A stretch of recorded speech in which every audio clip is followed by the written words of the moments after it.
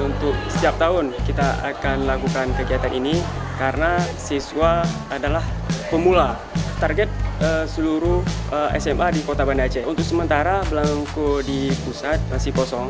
Jadi kita diberikan namanya surat keterangan perekaman itu mengganti KTP sementara, dan menurut informasi dari pusat kita sekitar bulan April akan ada belangko kembali.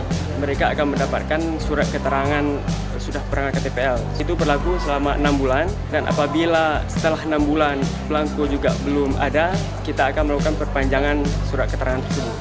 Saya pikir luar biasa. Jadi dengan ada usaha jemput bola seperti ini, para siswa kami juga sangat terbantu, terutama dalam hal administrasi, mengurus kepentingan SKCK dan sebagainya. Ini dengan sendirinya sudah bisa. Kita berharap dengan pengambilan data ini nanti siswa dan masyarakat umumnya itu bisa mendapatkan pelayanan yang lebih maksimal ketika mereka butuhkan.